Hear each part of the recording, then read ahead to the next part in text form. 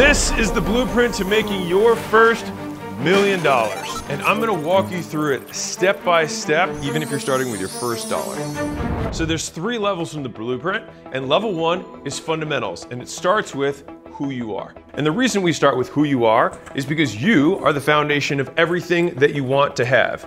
And so there's a thing of me. And the building blocks of who you are first, the knowledge that you have, the things you know about. Second, the skills you know how to do. Third, the motivation to actually do them. And fourth, the environment to make it easy. So the first pillar of this is knowledge. In order to become a millionaire, the first thing we have to do is know what a millionaire even is to begin with. A millionaire means that you have over $1 million in investable assets, liquid, minus your house. So your primary residence is actually excluded from this. Now, I'll give you a fun fact that you probably don't know. 1 out of 9 Americans is a millionaire. And the thing that separates the people who are the millionaires from everybody else is what they know exists. And if you're like, who are you to even say this? My name is Alex Hormozi. I'm an acquisition.com. Our portfolio of companies does over $250 million a year. And since 2016, every single business I've ever started has gone to over $10 million a year. And we have 3 companies that are worth over $100 million plus. So the reason that rich kids, for example, have an advantage over poor kids is because rich kids have parents who tell them about opportunities that exist that get better returns on their time. If you don't know private equity exists, you sure as hell aren't going to get into it. If you don't know that you can become an investment banker and sell companies worth hundreds of million dollars and get percentages of companies that you didn't even found and take on no risk, then you're not going to pursue it. And so I make these videos so that you can know things that you might not naturally have around you or anyone in your surrounding area who knows that these things exist. And to give you some context, I was 22 when I started this journey and ultimately quit my job before I ended up starting my first business. When I did go to quit my job, I emailed a bunch of different gym owners because I figured I wanted to get into fitness because it was something I was into. And only one of them got back to me. And that gym owner was a business owner and he was making money. And so I moved out to California, I changed my environment so that I could be around this guy. And this guy helped me learn the ropes and taught me about my first business, which was opening a gym. And it was only after learning and paying for consulting for a gym business that I didn't have that I felt comfortable enough to begin on my own. So the second component of knowing who you are the skills you have. These are the things that you do. And so what can be really deceiving about this is people say, hey, I want to be confident. I want to be charismatic. I want to be good on camera. But they make it seem as though it's a trait. So a trait isn't a real thing. What it really is a bundle of skills. So let's say if you wanted to learn the skill of sales. And so underneath of sales, we may have being able to actively listen, being able to repeat back what someone says, nodding and keeping eye contact, being able to shake a hand firmly, walking into a room and being able to project your voice, being able to have reasoned arguments with someone if they have some fallacy that they believe that you can help them overcome. All of these are sub-skills that if someone exhibits all of them, someone say, he's a good salesman. Now, if you have this first level skill, you can usually become a millionaire literally with just that. But then, fundamentally, if you want to level up, you can learn marketing. And marketing is basically sales done one-to-many. And so all the things that you learn how to do one-on-one, you start projecting to large amounts of people. And so this is just sales at scale. And so underneath of marketing, you would also have to understand media, so where your communication is happening. You'd want to understand headlines because that's going to be the first line of communication. You'd probably have to learn something about web pages, and you'd have to learn conversion, right? These are all sub-skills underneath of marketing that would make you a good marketer. Now, if you know sales and marketing, then you know acquisition, because that means that you can completely acquire customers. And so each of these skills stacks on top of one another and makes all of the skills retroactively more valuable. So the more you learn, the better you get, the more you get. And so the path to becoming the person who can make the first million is predicated on the knowledge you have about the world so that you pursue the right path to get the skills within. And so sure, it's just as hard to learn how to pack boxes in a warehouse, probably, as it is to learn how to do sales. They take about the same amount of time to learn. This one just has significantly higher returns. And so this is where the knowledge shows you where to orient your effort so you get the highest returns back on the skills you learn. So now let's talk about motivation, my tiny little box of motivation.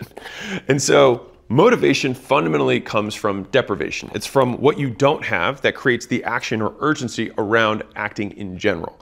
And so, for example, if I'm sleepy, I'm motivated to sleep. If I'm hungry, I'm motivated to eat. And so right now, if you're motivated to become a millionaire, it's because you lack $1 million. One of the easiest ways to become more motivated in money rather than physiological stuff like hunger, sleep, whatever, is to surround yourself with people who make significantly more money. Now, immediately you're like, wait a second, I don't know anybody who's a millionaire. Of course you don't. But you may be able to create a reference group that you compare yourself to who are millionaires. And so for me, for example, when I had my job in Baltimore, which is what I left to become an entrepreneur and start my first business, most people were just like, this is a terrible idea. Why would you throw away your college years? Why would you throw away this good job that you have that's steady and stable and looks good on paper and sounds good at cocktail parties? And it was because I hated it. And at some point I realized that basically everyone except for one guy that I kind of knew, who we talk about our entrepreneurial dreams together, all of them thought this was a bad idea. And so at some point, this is where high agency or high self-belief has to become more important. Your belief about yourself has to be more important than what other people say about you. And so this is a perfect segue to my second tiny little box, environment. And so think about your environment as friction or a lubricant on your goals. And so if you want to change someone's behavior, you change their environment. So let me give you a really simple example of this. I can guarantee you that I can get every single person in a building to take their clothes off. How could I do that? I could do that by locking the doors. That's one change to the environment. Second, putting them all together in one room. Second change to the environment. Third, cranking the heat until it's 200 degrees. Eventually, everyone would strip down because it would be so hot in there. And so you are that little rat in the experiment, and you want to create the box around you that lubricates the activities that you want to do. And so fundamentally, what you want to think about is, how do I make it as easy as possible to work as hard as I can? And then how do I eliminate everything else that distracts me from my goals? More specifically, how do I eliminate everything that distracts me from doing the stuff that gets me the skills that takes me towards my goals? And so that means that it could be people, it could be software, it could be alcohol. If you just simply put this as your filter, thinking, does this increase or decrease the likelihood that I hit my goals? Cut out everything that decreases the likelihood that hit your goals, because sometimes that's easier to see.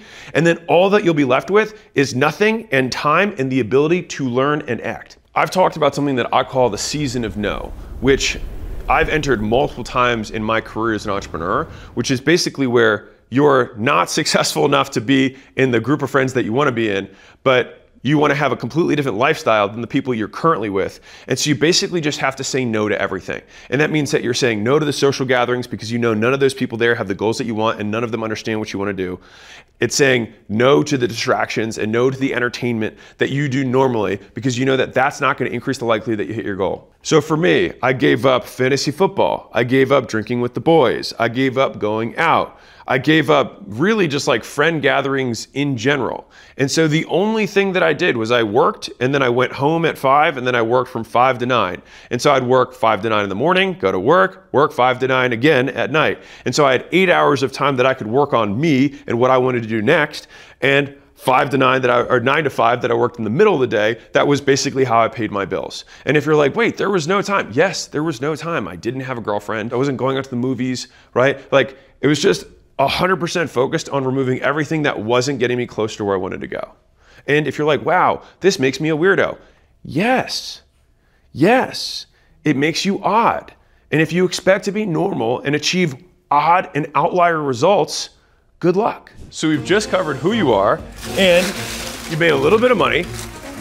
And the next step is figuring out who to sell to. And I want to make this really real for you. And so a lot of people think that to make $1 million, you got to sell 10,000 people something for $100, right? And that would be $1 million, right? That's what that equals. But it's way easier to just sell 100 people something that costs $10,000, which also equals $1 million. And so believe me, finding 100 people, way easier than finding 10,000. And so the real problem that you're solving is, what do I have that's worth $10,000? Well, the thing is they also don't have to pay you now. This can be split over 4 years, right? Which would then be $2,500 a year, which is now $200 per month. And for you to acquire the 100 customers, you're talking about 2 people per week, which is not that hard. And if you're reaching out to 100 people per day, then you getting 2 out of 700 people to be willing to spend $200 a month with you, all of a sudden, this $1 million goal becomes a lot more real. If you're trying to figure out who to focus on for these 2 people a week that you're selling to, that's what I'm gonna cover right now. You have 3 basic circles that I've identified from all the entrepreneurs that I've talked to. Number 1 is that you help someone who is like you overcome something that you overcame in the past. And so that's typically some sort of painful thing or some sort of problem you figured out a solution to, and then you operationalize that for other people. The second is something that you're just very passionate about. So it's like you're really into this thing, and then you help other people get into that thing too.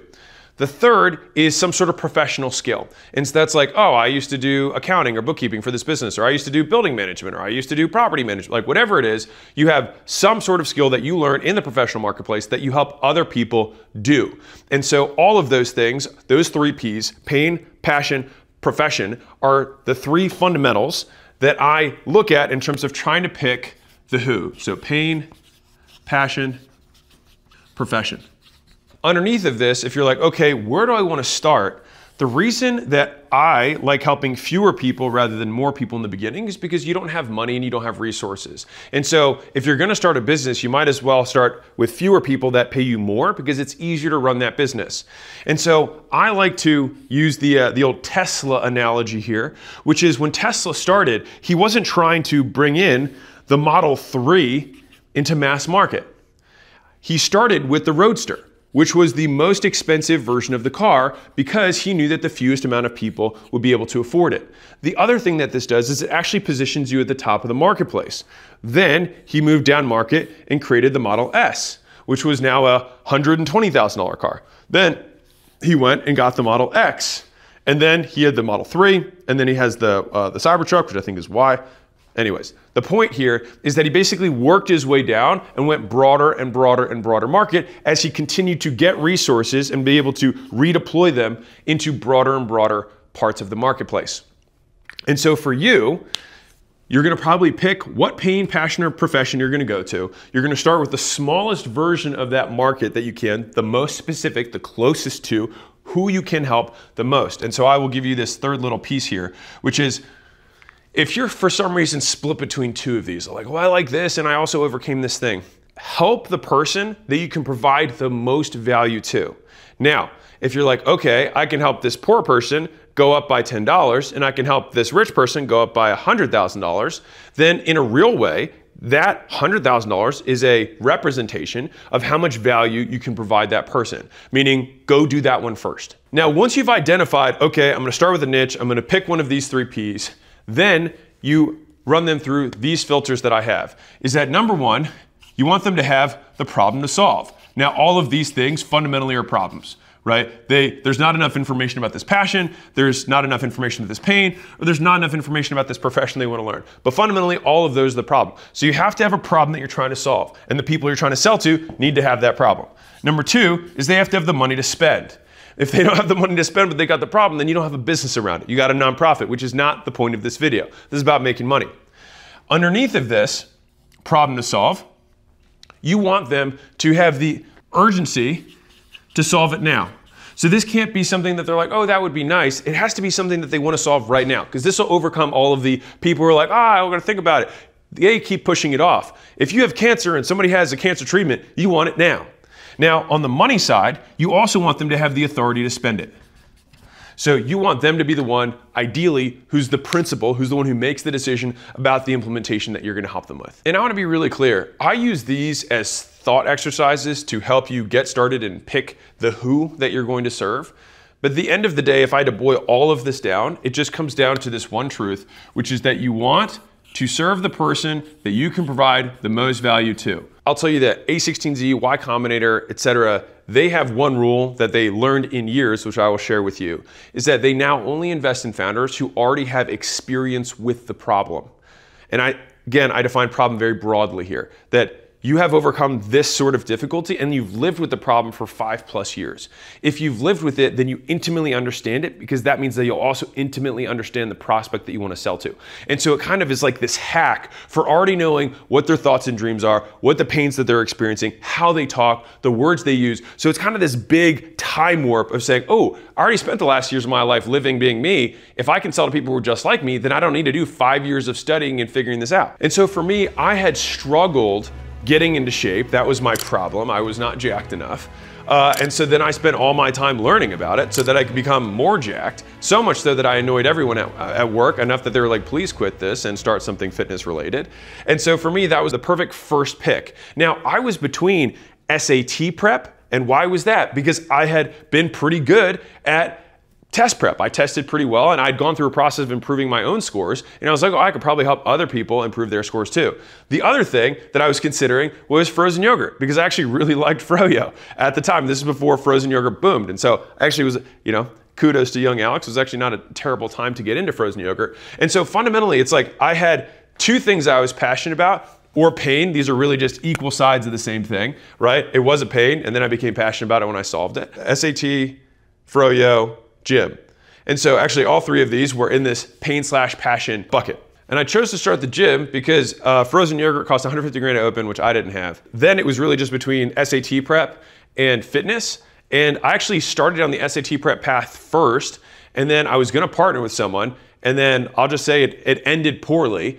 And because of that kind of negative experience, and I wasn't emotionally mature enough, I said, fine, I'm not doing that. I'm just gonna do fitness. So it was kind of like a process of elimination. I couldn't do yoga because I didn't have the money. I felt like I got burned on my SAT prep thing. And so then I just ended up with, well, I guess I'll just do fitness. And so the only disclaimer that I have about all of this stuff that I just covered, so this is my warning, right? This is my warning call for you, is that you wanna make sure that you're going to be in a market that's at least flat or growing. You don't want to get into a market that's shrinking.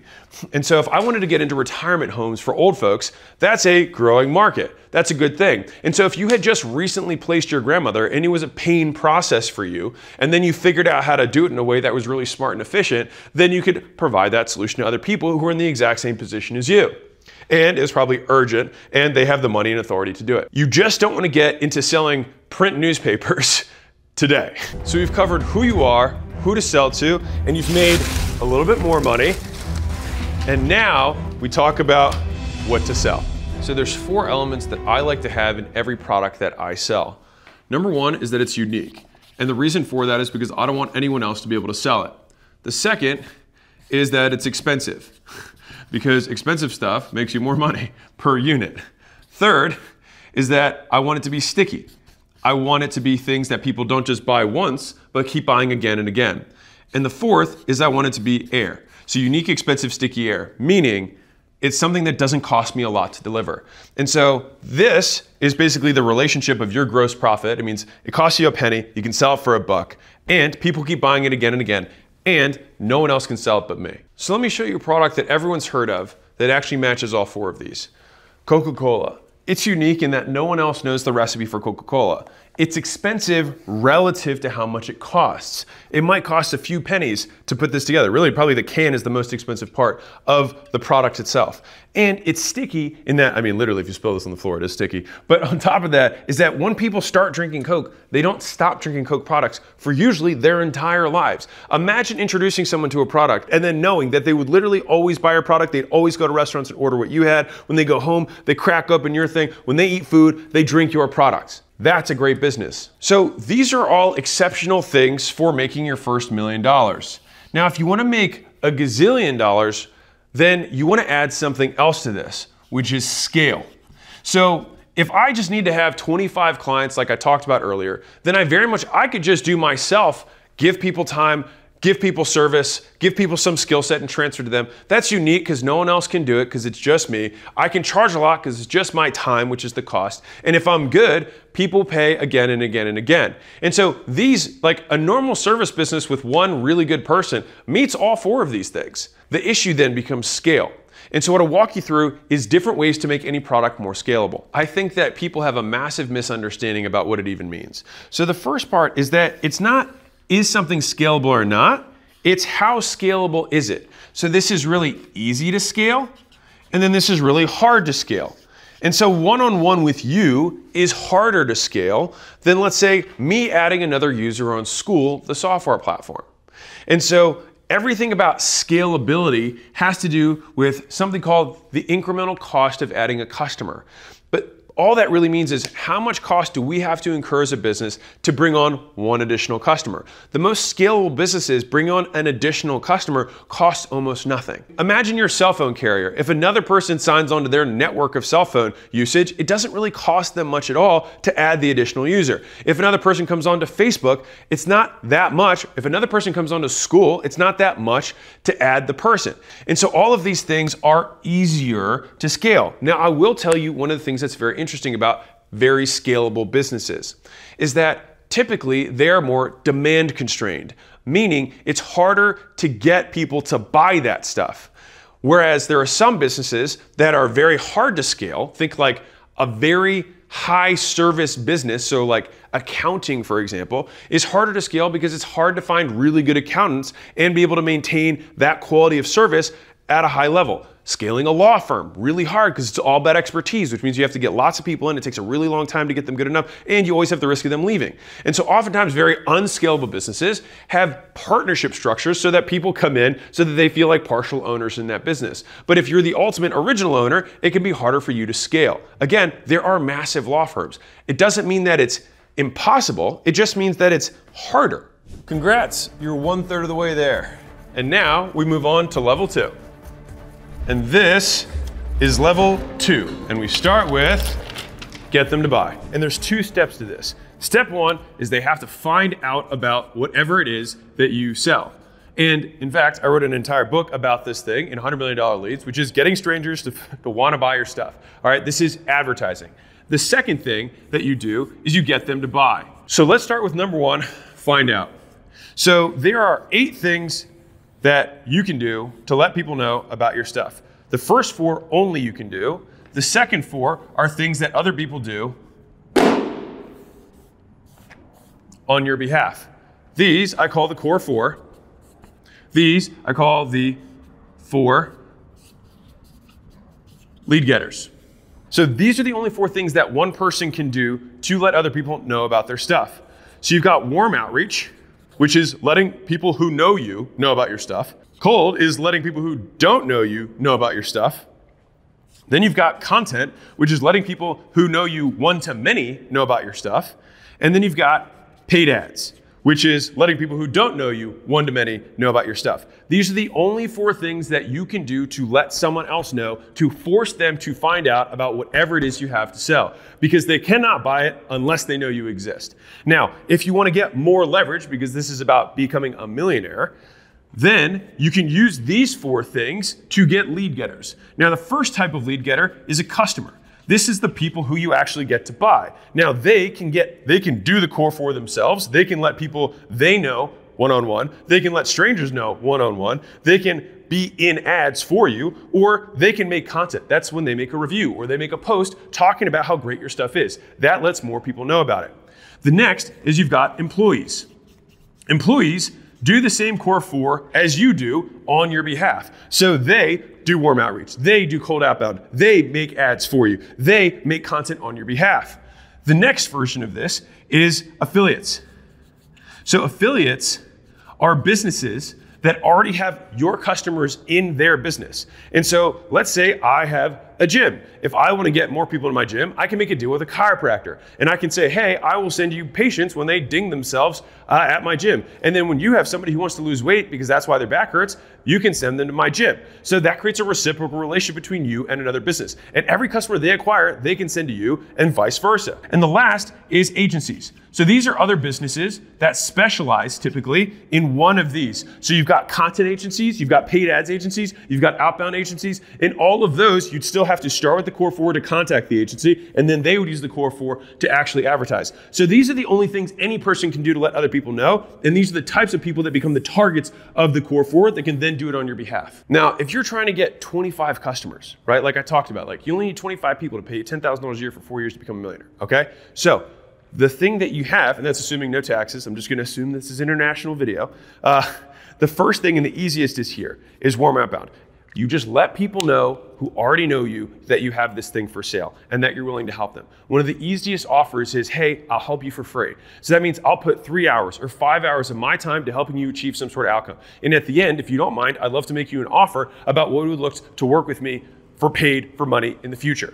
Very simple offer. And the thing is when you offer 2, 3, 4, 5 hours plus of your time for free, a lot of people are willing to do that. And so fundamentally, just think about it like 5 sales calls that you do in a row, except it's really smooth and you're just providing value. And that way, it kind of gets the jitters out for people who've never sold before. And when we actually talk about how to close, I'll cover that in much more detail. But this is the easiest way for people to start. Now, you can pair this with content because then you let people know publicly, hey, I'm doing this thing.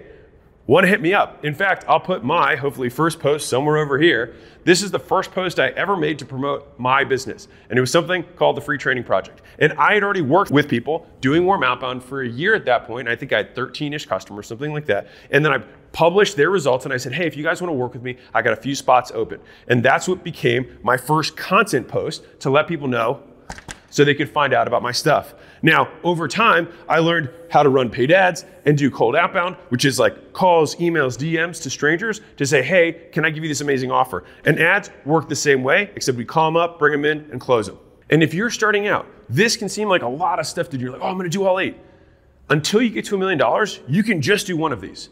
And if you're going to do 2, do content and warm outbound. This is the easiest way to start. It's also the cheapest. Here, you have to have a really good skill set. This is also pretty cheap. It's just harder to do. But if you're gonna do cold outbound, you might as well start with warm. Start with people who aren't strangers and then level up to people who are strangers. But these ones are the least expensive way of getting customers. This is the most expensive, but it scales quickly. So once people have found out about our stuff, great, so now they know, but now we gotta get them to give us money. So now we gotta get them to buy. When I started my gym, I hated the idea of sales. I even had someone say, hey, you're a salesman. And I was disgusted by the idea. I was like, I'm an academic. And so then I had to pay rent and clearly was like, how do I get these strangers to give me money? And immediately learned sales. Now, over the last 10 plus years, I've done 4,000 plus consults. And it wasn't until I had to transfer that skill of sales to other people that I had to create a framework that was repeatable for other people to also close. I remember the first time I went home for Christmas, I had an employee close their first sale without me. And I got teary because I realized it was the first time that my business could make money without me. And so this is the framework I have, which is closer. And so this is an acronym and it's very simple and it's easy to remember. And the reason that one's smaller is not because R is less important. It's because Amazon, Jeffy B, decided to only send us 5 of the right ones instead of the 6th. So the first of the closer framework is clarify why the person is there. And so fundamentally, the big advantage that we have as a business is that these customers have reached out to us. And so we need to clarify why they even took the time to reach out. Why did you respond to our ad? Why did you respond to my email? Why did you comment on my post? Whatever it is, if you haven't engaged leads, which means that they've responded in some way, then they've taken the first step. In basically every form of advertising, this exists. And most people aren't cold calling and then immediately closing. And so even in that situation, you would call them, set an appointment, and then on the appointment, you would then say, hey, what made you take this appointment? What made this worth it for you? And then what we're doing here is we're clarifying the problem. That leads us to the next letter, which is L, which is label them with the problem. Now that may sound similar, but it's actually very different. So what we're doing is when we label, we say, so it sounds like you are here, you want to get here, and this is the thing that's getting in the way. Does that sound about right? And so what we've done is we've said, this is your current, this is your desired, and we've established a gap and sometimes an obstacle. That's a monster. Okay, and what we want to do is we want to position ourselves as the sword that can kill the monster and ultimately get them to their desired end state. But we can't sell unless we have a gap. And that is why C and L are so important before you get into anything else. So for example, you're 200 pounds, you want to be 150, 50 pounds is the gap. The reason that you're struggling is because you don't know how to work out, you don't know how to eat. Let me see if I can do a spoon here or a fork. There you go. You don't know how to eat, and you have no one who's holding you accountable to making sure that you do these first 2. In a B2B setting, it's like you're doing 10K a month and you want to make 100K a month, and the issue is that you don't have ads that are working, or you don't have enough leads that are coming in. That brings us to the next thing. Once we've clarified we're there, we've clearly labeled them with a problem. You're here, you want to be here, this is the problem. Then you overview past pain.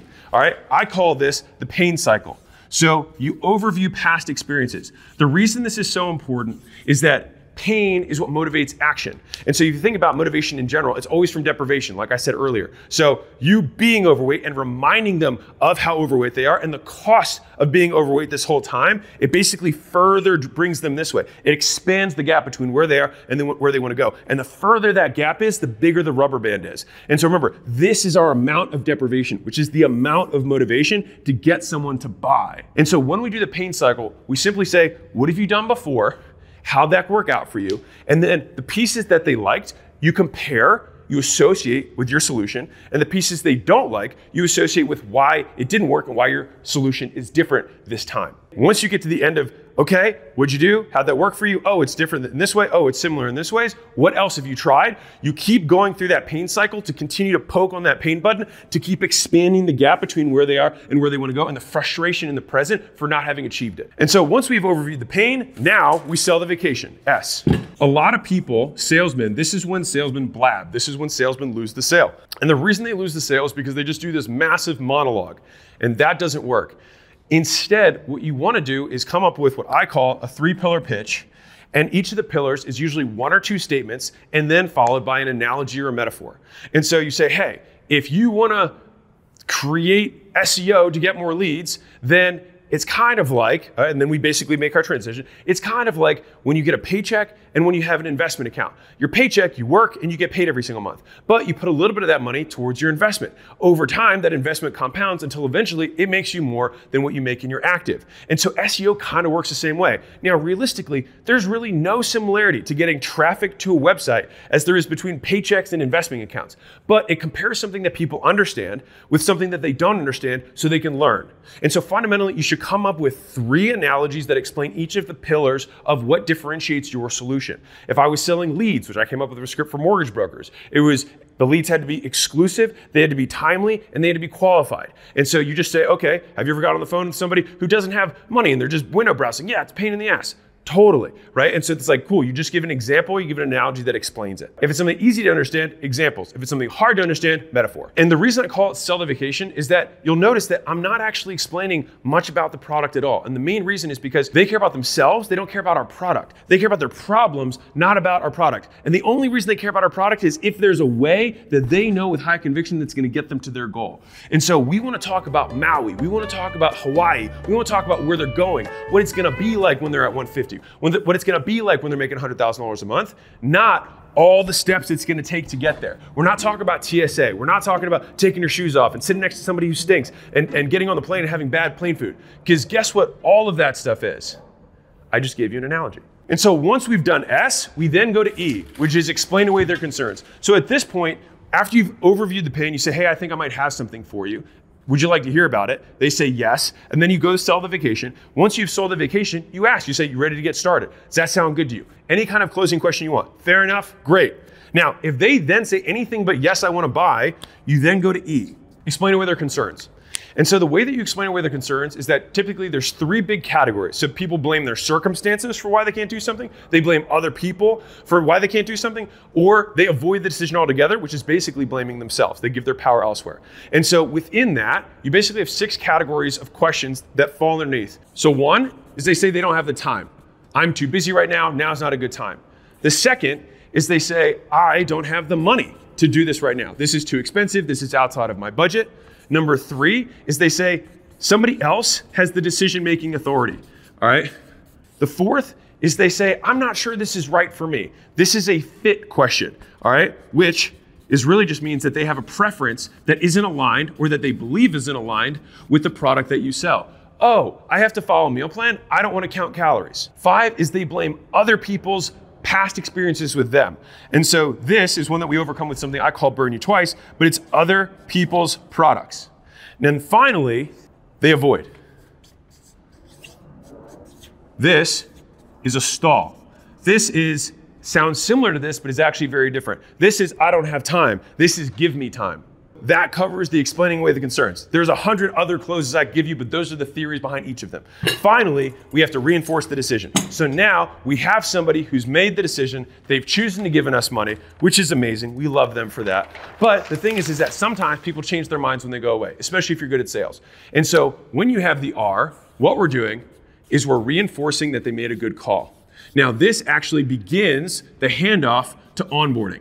All right, so when you onboard a new customer, this is what happens in the first 24, 48 hours post-purchase. And what you want to do is make as many promises as you can in that time period and keep them so that they feel, and we're talking like, hey, this is what's going to happen next. In the next 30 minutes, this is going to happen, right? You're going to get an email, and then you can click that link, and then this is going to happen next. And you want as many of those things that you tell them to have happen to happen. And from this, we do something called BAMFAM, which is book a meeting from a meeting. And when you do BAMFAM, it means that no one ever gets left in the cracks. No one falls through. And so the reason that a lot of customers cancel is because you said someone's going to reach out to them and they thought it was going to take 30 minutes. You didn't set the expectations. It takes 2 days. And they're like, you know what? This isn't for me. I've changed my mind, right? Instead, you want to always have them. It's like a baton pass. It's like sales passes to onboarding, onboarding 1 passes to onboarding 2, onboarding 2 passes to the senior engineer or the media buyer or whatever it is that you do to deliver results for people. And at that point, you've kept them through the process and you've reinforced, you know what? These guys are on top of it. They're legit. And if you want to make this extra magic, what you do is you pass on the notes. So you never want a customer to repeat themselves. And so the way you do that is that you take notes on every call. And so if you get on a sales call, for example, and the setter had notes, then you can start the call being like, hey, I know you talked to Andrew and you said this, this, and this, and these are the problems you're struggling with. They're like, wow, these guys are on it. And when that goes to onboarding and they have their onboarding conversation with Sarah, and then Sarah says, oh, I know you talked to Andrew and you talked to Jeff, and you said these things. They're like, wow, this business is legit. Very small change, massive improvement in terms of how satisfied customers will be. And because this is all about making more money, the likelihood that they actually ascend and buy more in the future. Yeah, and if you're a beginner, you're the one taking all of these calls. So at the very least, take your own notes and remember what you're talking about with these people. And if you have multiple customers, review the notes before you get back on the call with them. Close more deals, make more money, save the world. We got them to buy, we got our first customers, we've made a little bit of money.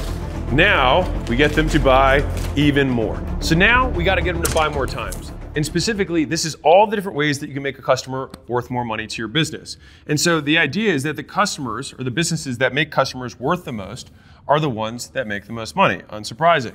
But there are 8 specific ways that you can do this with literally any business. So the first way is that you can increase the price. So for this example, let's say I'm selling gum, all right? So I'm selling gum, and what I can do is instead of charging $5 for this, I can charge $6. It costs me the same amount, but I've now made more money. The second way that I can do this is I can decrease my costs. All right, so if this thing was originally $5 and it cost me $1 to make, I can buy more inventory, I can do advances so that I can get this down to 50 cents. So I'll still make 50 cents more per box. That's the second way that we make any product more profitable for us. The third way we can do this is we can get them to buy more times. So right now, I say, hey, you want to buy my gum? Great. But wouldn't it be cool if you got on a gum subscription? So you get one of these every single month. The fourth way is to get them to buy something else that's new or different. All right. So right now, I'm selling you this gum, but wouldn't it be cool if you got these Nicorette patches as well? So wouldn't these patches go great with your gum? It doesn't matter what you sell. You could have burger with fries. You could have an iPhone case with your iPhone. There's always something else that pairs or is complementary to whatever your core offer is. And sometimes you make more profit on this thing than you do on the main thing. The fourth thing that you can do is get people to buy more quantity. All right. So this is when the number goes up. So currently you're buying 1 box. What if you bought 3 boxes of gum? And so the difference between this and this is how many times they're buying over a period of time. This is how we're increasing the quantity all at once. And so think about this as bulk purchases, buying more volume. The second way that we can do this is increase quality.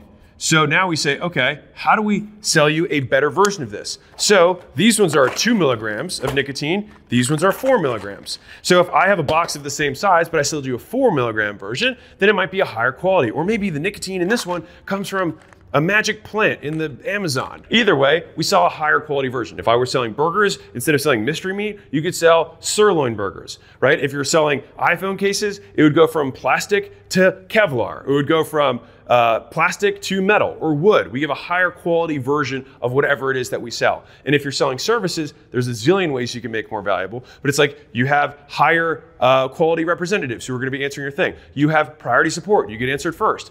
You have extended hours, so you get more times. All of those things are different versions of higher quality. The next is that you can do the equal opposite. You decrease the quantity, you decrease the number that someone buys. So instead of buying 160 pieces, you just buy 20.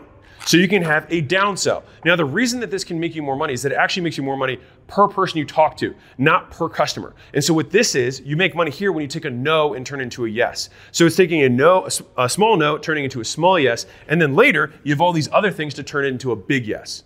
And then finally, we go from something that's higher quality to something that's lower quality. So is there a version of your product that could be the discount version, the economy class version?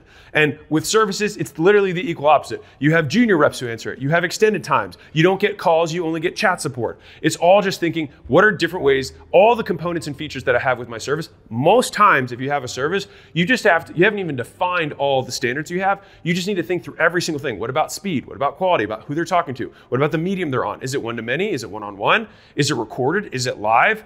Like all of these things are factors that make something more or less valuable. And so with physical products, it's the same idea, except it's usually gonna be the ingredients and how new it is. This is an older model. Those are all things that decrease the quality. And so when you're looking at this, these are the 8 ways that you can get any customer to be worth more. And so if you're a beginner, you wanna know the easiest one of these to make more money? Charge more for the exact same thing. And oftentimes when you're a beginner, you wanna start low, so it's okay. But what I would recommend doing is what I call the 5 to 5 to 5 model. So basically, every 5 you sell, you bump it by 20%. All right, very easy. So if we're at $5 for our gum here, the first 5 people, if everyone buys, no problem, we bump it to $6. So $5 goes up, 20%, it goes to $6. And if the next 5 buy, no problem, then we go up to $7.20. And we keep going up by 20%, and you can keep doing this forever until people stop buying. And so then you just look at how much gross profit do I have times the conversion rate, and that gives you your perfect price. And so I'm telling you, you might be worried about what if I sell fewer people? You just have to do the math. And you never discount in order to make a sale. You can choose to test your price, but you have to stick with it for the number that you said you would. The second easiest one of these to do, besides obviously raising the prices over time, is just getting people to buy more stuff. This one requires nothing new from you. This one also requires nothing new. You're just asking them to buy again next month. This one gets them to buy more today. And so these ones are among the easiest that you can do as a beginner. This one, decreasing costs, super valuable for you. Usually takes more time for you to negotiate with vendors, get economies of scale, things like that, but still valuable. All these other things are things that you add to the business, which creates more products. Not to say that anything wrong with that, but it's typically a more advanced move. So these 3 right here are the ones that you want to focus on if you're a beginner. And this is a concept that you should understand how to master. This is the language of business. And so it doesn't matter what we're talking about. You should be able to apply all 8 of these to anything. So if I'm selling whiteboards, I say, okay, I can raise the price of this whiteboard. Next is I can get people to buy more whiteboards over an extended period of time. Wasn't that one great? Wouldn't it be great if you had more of those for your team? Or I could get them to buy 5 whiteboards today, 1 for every room in their office, right? Or I could say, hey, this is a flimsy metal whiteboard. Let me get you a wood one. It'll look better on camera. Or I can make it higher quality by saying, hey, I won't put my logo on yours so that it's not in all your camera shoots. The next is I can decrease how much it costs me to actually manufacture each of these whiteboards. This also increases my profit. The next thing is I say, okay, you got these whiteboards, but what about your paper, right?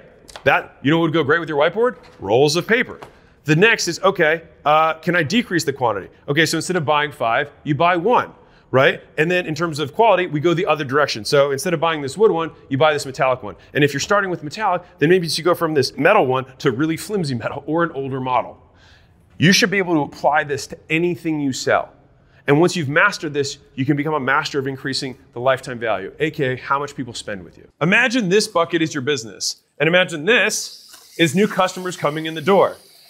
If you don't fix this leaky bucket, they're never going to be able to stack up. And so, once you fix it, you can flow all as much as you want, but now you're keeping your customers and your revenue compounding. And if you do that for a long enough period of time, while we wait for my friend over here to fill up the bucket, this is a Cybertruck, and this is 100 grand. And in the next 30 days, September, October, November, December, each month in 2024, I'm giving one of these to someone who's watching this video right now. And so the way that you win this stuff is by building the largest group on school within the next month. And last month's winner, just to give you some context, got you about $50,000 per month in recurring revenue. And we make it pretty easy. So right now, 1 out of 2 people who starts a community on School that's paid makes at least $1 online. And oftentimes it's a lot more than that. In fact, right now the average is $1,360 per month. So no, this isn't gonna get you on the Forbes list, but it can help get you started. And so if that sounds at all interesting, the best part is you can start your own community on School absolutely free, going to school.com/games. All right, join the community, have fun, make money, save the world, and I'll see you on the other side. And if you keep doing it over time, you'll have more money than you know what to do with, and you'll be overflowing with customers and cash. And that's how you create a cash flow explosion. And once you got people buying, and people are buying again and again and again, now you're making a little bit more money. But the next thing you need is gonna be help. And so you're gonna have to have other people help you along the way, because this is how you scale. And these are 2 mannequins that represent employees. So let me share a framework with you that's really expanded my vision in terms of how companies grow. And this has taken me years to develop. But fundamentally, I see the size of a company is always gonna be limited by the number of brains or the cumulative knowledge that exists within the company. And so that should make some sort of sense. Like, the amount of total knowledge that exists is going to be the potential of the business, which is why as entrepreneurs, you have to learn more, because if you make your brain bigger and you make your knowledge base bigger, look how much bigger the company can get.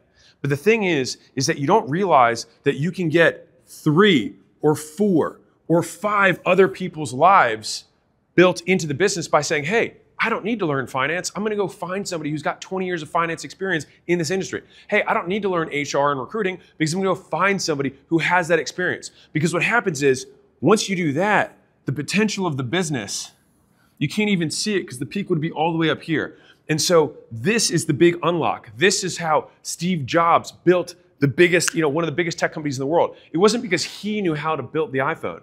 He knew how to build the team that could build the iPhone. And so the most valuable skill set fundamentally that you can have as a business owner is the ability to get other people to do stuff for you. And so on one level, you have the influence to get them to want to do that thing for you. And then everything else after that is enabling them to know how to do the right stuff. And so the first is the persuasion side. Now that I think I covered during the closer stuff, that's gonna be the values you have, what you represent, and if people really admire you. And that's where you have to continue to level up yourself, this is the who you are part, in order to attract the best talent. But once you have good talent, how do you make sure that they know how to do the right stuff? And so I call this the management diamond, all right? So it's very simple. So I reverse this from, if somebody doesn't do what I want them to do, why would that be? The first reason is they didn't know that you wanted them to do it at all because you hadn't told them or you weren't clear about it. Now, if they know that you wanted them to do it, they might not have known how to do it because they're like, okay, I got that you wanted me to do it, but I just don't know how. The third is that they knew that and how, but they didn't know when you wanted them to do it by. So they could have just been totally able, but they just didn't know that you wanted it right now. The next is they knew that, how, and when, but they didn't have any motivation to do it. They didn't know why you wanted them to do it. And so when I think about each of these things, you can actually solve this. So you solve this through comms. So this is through clear communication, where you include the deadlines, which is here, what you saw for this one, is that whenever you include what you want someone to do, you give them a time duration, and then you ask them how long they expect it's going to take. To solve the how, what we do is we have the 3 Ds, which is document, which is you figuring out a checklist of exactly what you do. Because oftentimes when you're a beginner or when you're starting your own business, you have to do every single job. And so you know how to do the job better than they do. The problem is in the beginning, you're more unconsciously competent or you do a lot of other things that you don't know that you do, which is what makes you successful. You're like, no one can sell like I can sell. What it really means is I don't know how to teach anyone like I can sell. And so that means it's a deficit on you, not a deficit on them. And so the first thing you do is you document step by step through a checklist what you do to get the result, whether it's making a website or it's doing outbound or it's doing sales or making content, whatever it is, you document step by step what you do. The next is you demonstrate it, which means you do it in front of them using the document. So you say, hey, let me show you how I'm following this checklist and then look at what happens. So I follow the checklist and look at what happens. And they gain trust in the checklist, in the documentation. And so after you've documented and you demonstrate in front of them, then they duplicate, which means they now do it in front of you using the same document. And if they get the same outcome as you do using just the document, then you have duplicated the skill and now they can do it. And so they know how. Now, finally, the why is a question of motivation. So I'm not gonna be able to solve human motivation in one video. But what I will say is explaining and leveling up what this thing does within an organization. A lot of people do want to do a good job and they do want to be contributing members of society, but a lot of times we haven't explained how what you do here feeds this overall machine, which hopefully does some good in the world. And so it's simply explaining in simple terms how customer service, for example, it's like, hey, you do customer service and you respond to tickets using this process, we get happier customers. Happier customers stay longer, pay more, and refer their friends. And if we want to have this big mission, one, we want to make sure we're delivering to the people that we're currently serving, but on top of that, we want to be able to help more people over time. And so you very much are important to our whole business's success. And so if every person in the organization knows how they tie what they do directly or indirectly to you being successful as a business, then they have a larger motivation for why they should do it. And so if you ever have a conversation where you're like, why is my employee not doing anything? I would also suggest using this as a framework, because then it's not, none of these blame them. You say, hey, John, I asked you to do this, and then you didn't do this. And so help me understand, was it that you didn't know that I wanted you to do it? Because I see this message here. So was that part unclear? Is it that you didn't know how to do it? Was it that you didn't know when to do it by? You didn't know why to do it? And let me give you the bonus number 5. Was there something blocking you? And so this is actually one of the most common ones of the diamond, because what it is, for example, hey, I could have the best chef in the world and I say, hey, make me an omelet. He understands what making an omelet is. He knows how to do it. And I say, make it for me right now. He's motivated because he's on live television. What's the problem? He ain't got no eggs. And so the whole point is, and I had this, I'll give you a real example. With my team, I was like, hey guys, why are you guys not getting these edits out on time? And they were like, oh, we want to spend more time at home. We want to spend it at the headquarters. And I was like, I built this massive headquarters for you guys. Like, why are you not spending time here? And so it turned out they knew how to do it. They knew that I wanted it. They knew when they needed it by. They were very motivated to do it. The problem was the internet at our headquarters wasn't fast enough. They were way faster at home.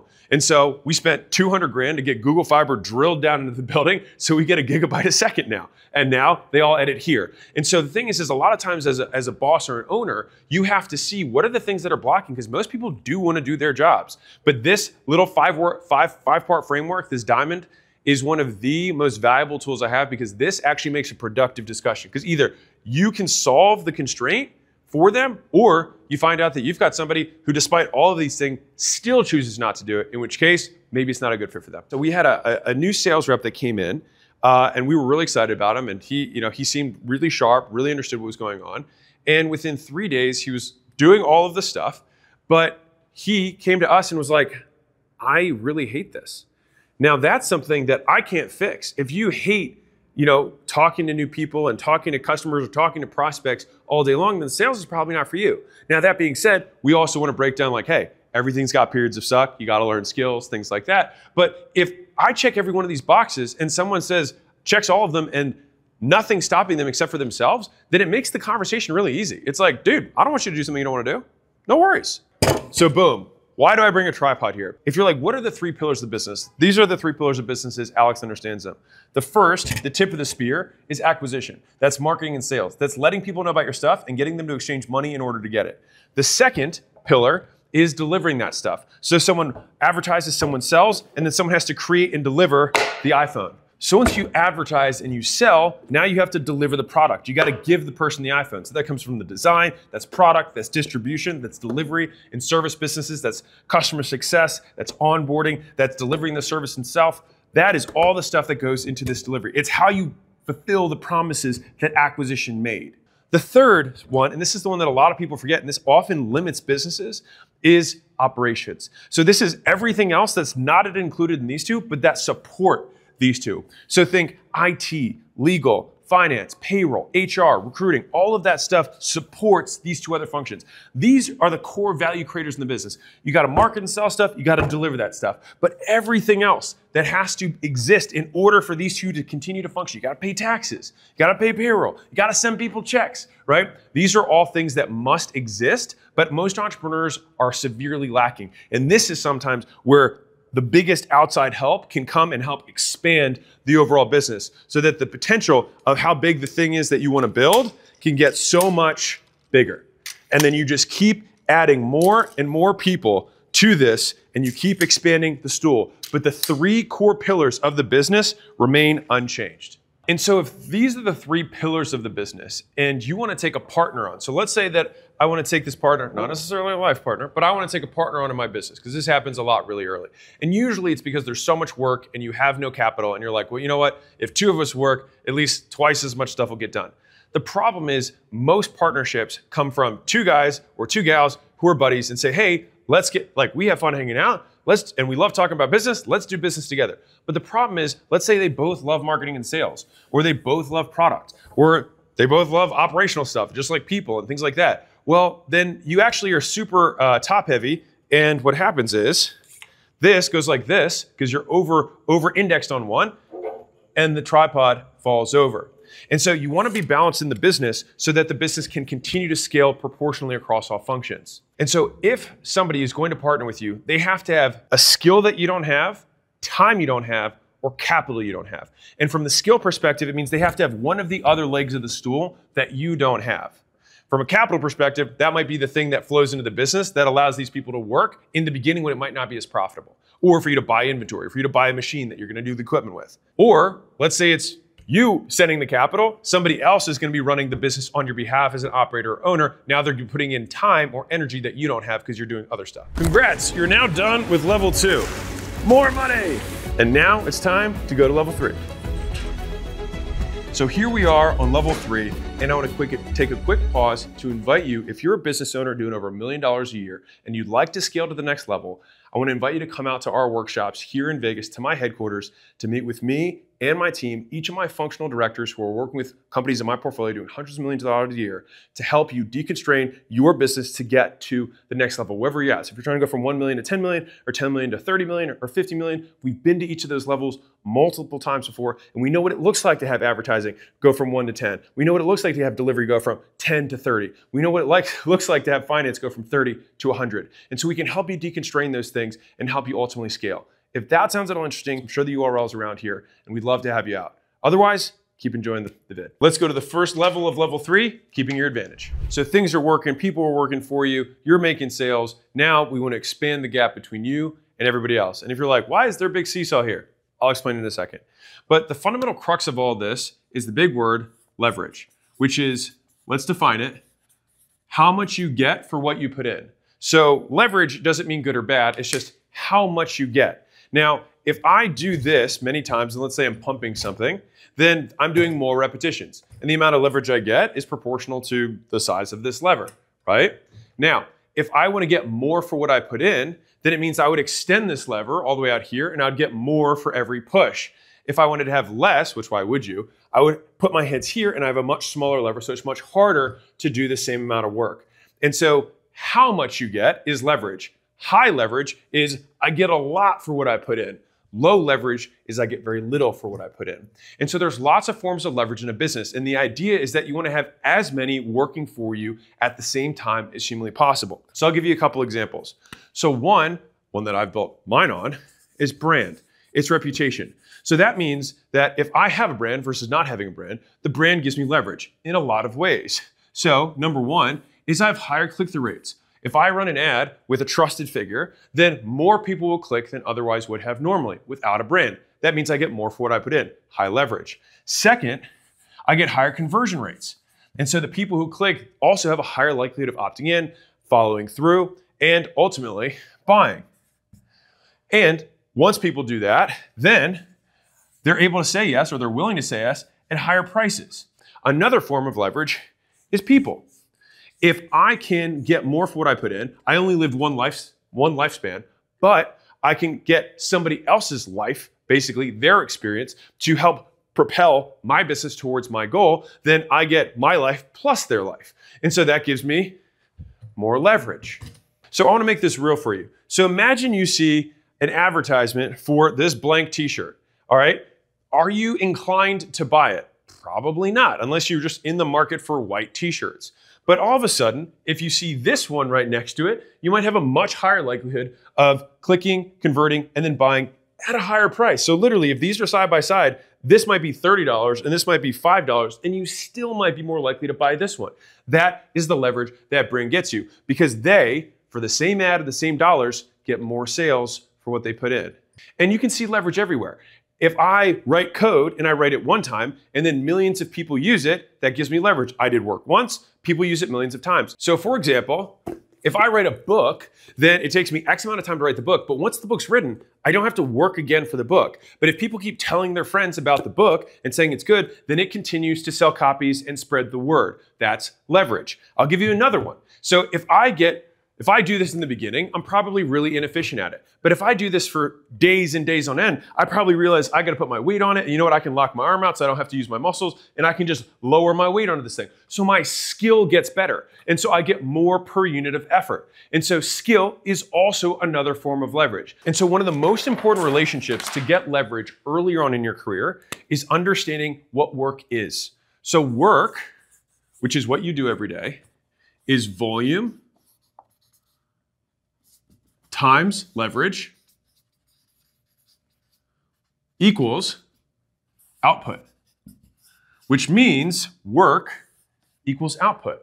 So it's not about how hard you work, it's about how much you get for the work you do. And so if I have a lot of leverage, awesome, but if I have a lot of leverage and I do a lot of repetitions, then I get even more output. And so the thing is, and this is what people don't understand, is in the beginning, you need to do volume because volume gives you skill. Skill is leverage. And so, for example, let's say I'm doing cold calls in the beginning of my career. If I do 100 cold calls and somebody who's been doing cold calls for 10 years and has an amazing skill set does 100 cold calls, he's going to get more appointments booked than I will. And so for the same work, same volume, he's going to get more output. So in a very real way, he worked more than I did. He got more for what he put in. And so there's a reciprocal relationship between volume and leverage, because the more you do, the better you get. And the better you get, the more you like it. The more you like it, the more you do it. And so this is the virtuous cycle of work. But you have to get started in the beginning when you have low leverage. And so the only thing you could do is compensate with volume. It means you have to do 1,000 door knocks, 1,000 cold calls, 1,000 cold emails, 1,000 pieces of content so that you can start getting good. And so one of my favorite and least favorite sayings is work smart, not hard. Because the reality of it is that you have to work hard in order to work smart. And so now we just finished keeping your advantage. So you've made even more money and you're continuing to scale your business. And so now we move on to the next part of level 3, sticking with it. Because if everything's going well, the only thing that can stop you is you. And so I'll give you one of my favorite quotes from Charlie Munger, which I'll paraphrase. He more or less says, compounding is the 8th wonder of the world. And the objective of compounding is to never interrupt it.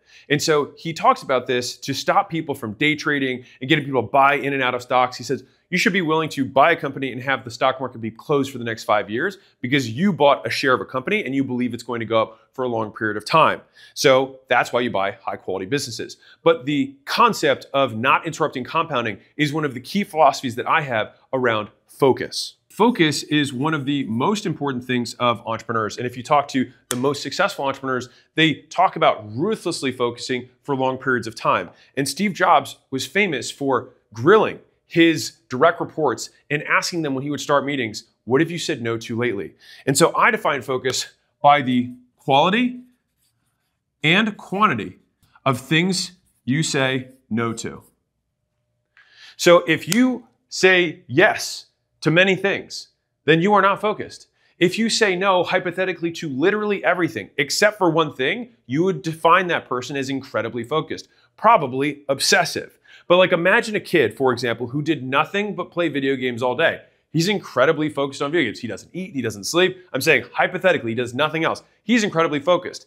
At some point, I'm not saying you do that, but it points out the hypothetical extreme of what focus really is. And so some people claim to be focused, but it's not are you focused or not, it's how focused are you? And so if you've followed any of my stuff at all, I talk about the woman in the red dress. And the reason I love this analogy is it's perfect. So in The Matrix, there's this moment, if you haven't seen the movie, where Morpheus, who's the guide or the teacher in the story, is teaching Neo, the main character, about how the Matrix works. And so they're walking through a crowded city. He's talking about something. And he says, were you listening to me? Or are you looking at the woman in the red dress? And he says, what? And he says, look again. And he says, and when he looks again, there's a gun pointed at his head. And so he says, if you're not one of us, you're one of them. And so these are agents. Agents basically are the things that disrupt everything in the system. And so what appears to be a woman in the red dress, what appears to be this shiny object, this amazing thing that catches your attention, this big opportunity you think you should leave your current thing for, that is often an agent in disguise meant and sent to kill you. and destroy your progress and your focus. But let me tell you how deceptive this is, and this is what it looks like for entrepreneurs. And so there's 5 stages that I think entrepreneurs go through. In the beginning, you have 0, right? And then you have uninformed optimism, which means that you don't know what you're talking about, but it looks really good. This is the grass is greener on the other side.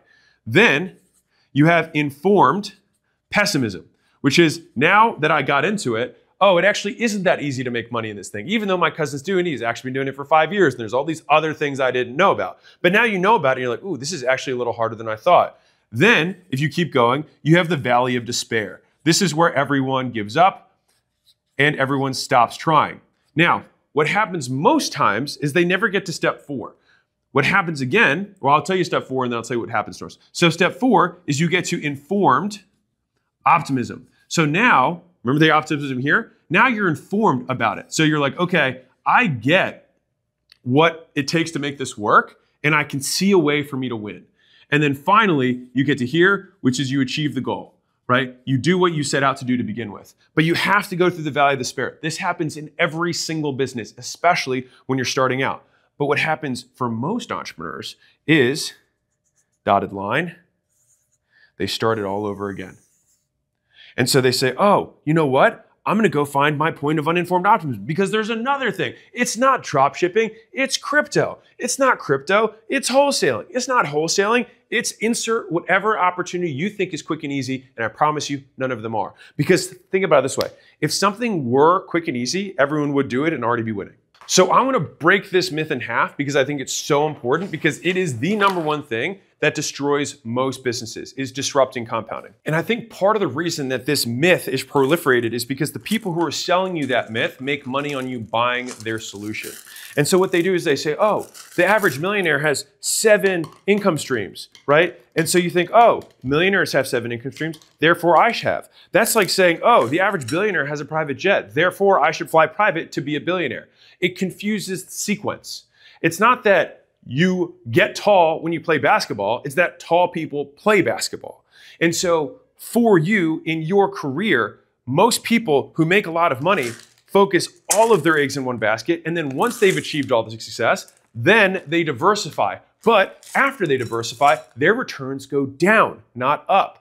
Bill Gates, for example, if he had never sold his Microsoft shares, right now would be a trillionaire. He'd be worth $1.5 trillion today. Instead, he's worth 100 to 150 billion. And the main reason is because he diversified after he focused all of his wealth building into Microsoft. Now, Steve Ballmer, his #2 man, in the very beginning had a much smaller share. So I think Ballmer has like 2 or 3%, a tiny slice of Microsoft. Bill Gates had 49% when they went public. So he had half the company. And so today, Steve Ballmer, his #2, is almost as wealthy as Bill Gates because he has stayed focused this whole time and never liquidated his shares and continued to grow Microsoft. And so they want to feed you this myth that somehow 1/7 of you split between all these things. They say, try a bunch of stuff, see what works. The reality is any of these things can work if you concentrate all of your attention into one. Then, see, overflows. Then that is how you get an overflowing opportunity. You keep working it, you keep doubling down on it, and you say no to the woman in the red dress because you know that she's just the valley of despair. She's just an agent in disguise, and if you stick with it, you will win. And that's the thing that separates the people who win from the people who don't, is that they can just keep saying no to everything else. They keep saying, yep, you know what? That's an amazing opportunity for someone else. That's an amazing opportunity for someone else. And let me show you this mathematically. So let's say that you're in your 3rd month, your 3rd week, your 3rd year, whatever increment you want of you developing some skill, right? You continue to get a little bit better every single year. Fine. Now, you see this new opportunity that you're at ground zero for, and you think, man, I think I could grow faster by doing this thing. And so you have to reason, let's say that you're on year 4 of opportunity #1, that instead of saying, okay, well, I'm gonna go to my 5th year, so you haven't done this yet, so this is hypothetical. Instead, you say, you know what, I'm gonna start this new opportunity. And new opportunity, I'm gonna be here, which is higher than where I was before, and it's gonna be at double the rate. Okay, but now I'm on year 2 here. Guess where I'm gonna be if I'm on year 2 past this on this opportunity? And so you can't compare year 2 here to year 2 here. You have to compare year 2 here to year 5 here. And so this increment, I promise you, it's significantly easier to take something from $10 million to $15 million than it is to take from 0 to 5 in a year. So you finish keeping your advantage and sticking with it, and you've made even more money. We just keep making money. We're crazy. And so we move on to the last and final step of level 3, get better and keep getting better. And so one of the key skills that I've developed over my career that I want to share with you is the ability to learn, but not in the way that you might think traditionally. And so what happens is, sure, in the beginning, you want to get from courses and experts and things like that. But over time, what you want to double down on is volume. Because what volume does is it gives you data. And then data, you can do something called a common factors analysis. So let's say that I make 10 pieces of content, okay? These are my 10 pieces of content. Hopefully that's 10. All right, now that means that within those 10 pieces of content, there's gonna be a top one and there's gonna be a bottom one. And this is gonna be the one that did better, and this is gonna be the one that did the worst. And so what I wanna do is see, what did the top 10% have that this one didn't have? What are the discrepancies between these two? And those discrepancies are the golden nuggets that build together to help you acquire skills. And so one of the things that people shy away from in the beginning is how low leverage you are. You have no capital, you have no friends, you have no other people who can help you out, so it's just you, and when you start, you suck. But the thing is that the pain of how bad it is and how hard it is in the beginning is the thing that forces you to seek out better ways to do it. And so you have to go through that pain so that you can seek out these improvements. And then all of a sudden you figure out a new way to use that lever that takes 1/10 the time. You figure out how to tweak your email headings to get way more open rates, or you tweak your offer to get way more responses, or you make your ad hooks better so you get higher, people clicking the ad. All of those things are skills.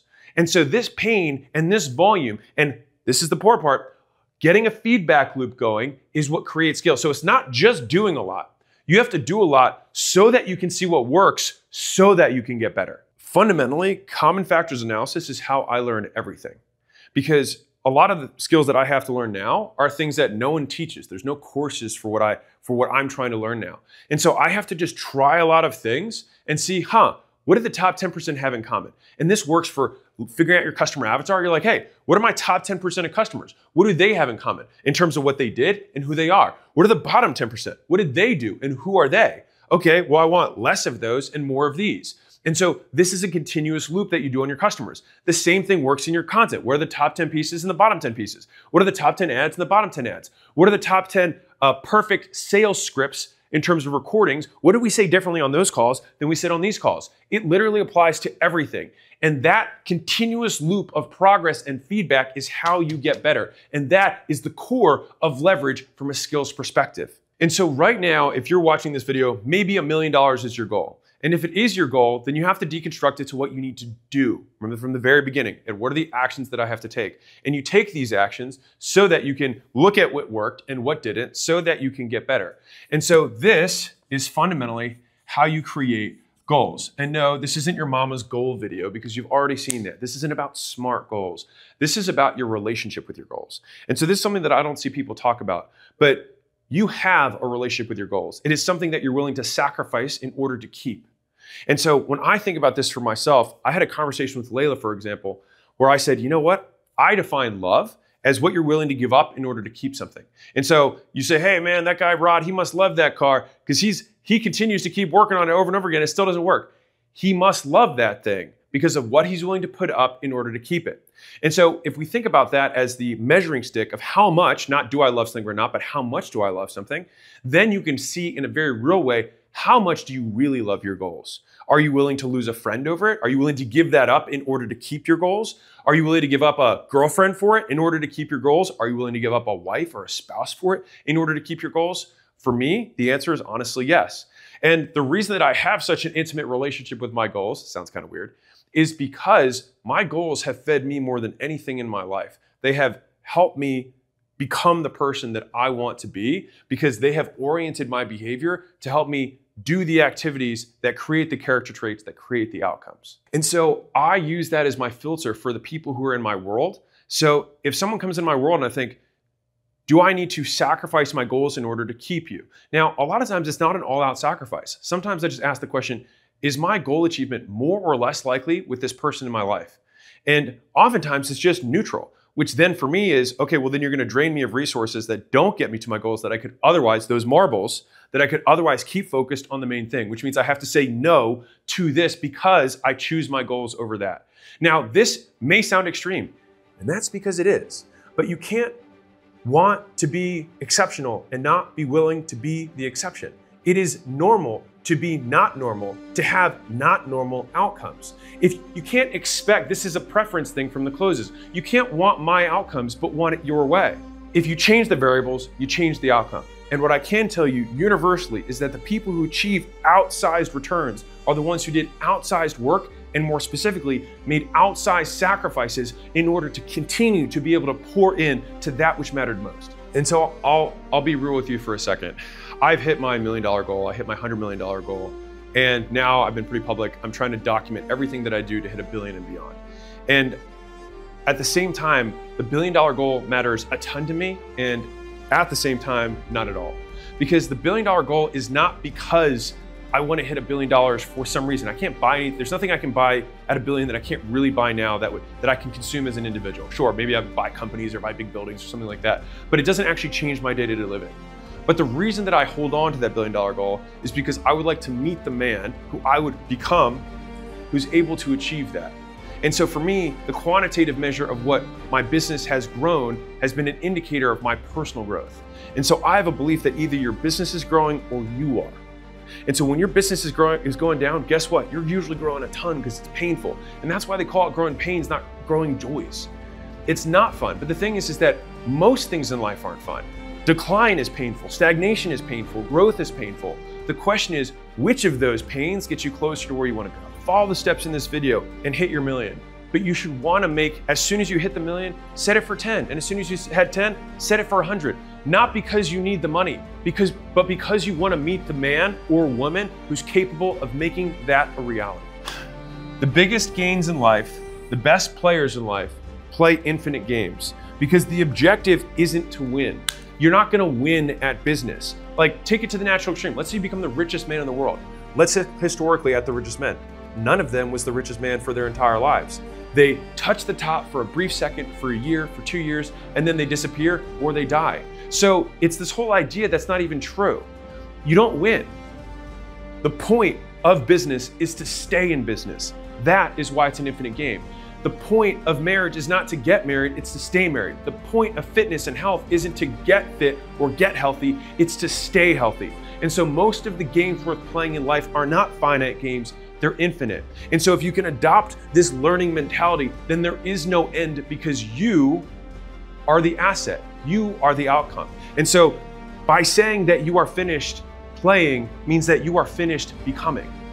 And for me, I don't want to stop getting better until the day I die. So we started your journey to your first million by figuring out what skills you needed to have, what knowledge you needed to know to get started. Then figured out who you were going to sell to. Then what you were going to sell them. Then figuring out how to advertise and close in order to get them to buy. Then from there, we increased how much they were worth by getting them to buy more times.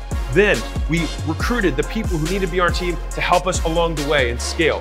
Then we keep and expand our advantage through leverage. And we stick with it to unlock compounding growth within the business and ourselves. And then finally, we get better through a continuous learning loop.